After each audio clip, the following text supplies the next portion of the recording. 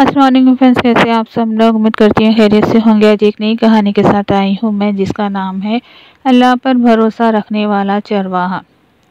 کسی گاؤں میں غریب لیکن ایماندار چرواہا رہتا تھا۔ اس کا نام سلیم تھا۔ ہر دن وہ اپنی بکریاں لے کر پہاڑوں پر جاتا، انہیں چراتا اور شام کو اللہ کا شکر ادا کرتے ہوئے لوٹ آتا۔ سلیم کا دل صاف تھا اور وہ ہمیشہ کہتا، جو کچھ بھی ہوتا اللہ کی مرضی سے ہوتا ہے، اس پر بھروسہ رکھو تو کبھی نراش نہیں ہوتی۔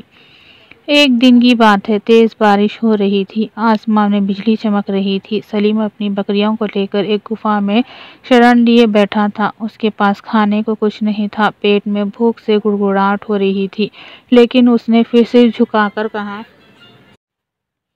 یا اللہ، تو ہی میرا رزق دینے والا ہے، جو تو چاہے گا وہی ہوگا۔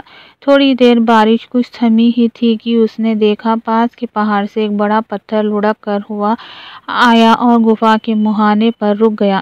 پہلے تو سلیم ڈر گیا کہ اب باہر کیسے نکلے گا، مگر پھر مسکرا کر بولا، اللہ جو کرتا ہے بھلائی کے لیے کرتا ہے۔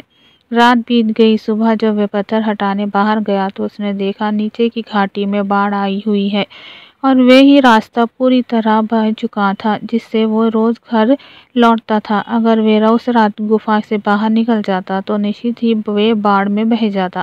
سلیم کی آنکھوں سے آنسو بہہ نکلے۔ اس نے سجدہ کیا اور کہا، سبحان اللہ، تو کتنا رحم کرنے والا ہے یا رب! جس مصیبت کو میں پریشانی سمجھ رہا تھا وہی میری حفاظت کا ذریعہ بنی۔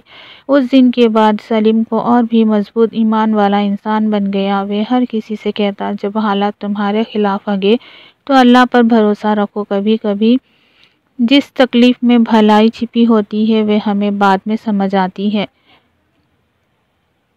اللہ پر سچا بھروسہ رکھنے والا کبھی نقصان نہیں اٹھاتا۔ جو انسان صبر کرتا ہے اور اللہ پر توکل رکھتا ہے، اللہ اس کی مدد ضرور کرتا ہے، کبھی سیدھے کبھی کسی چھپے ہوئے راستے سے۔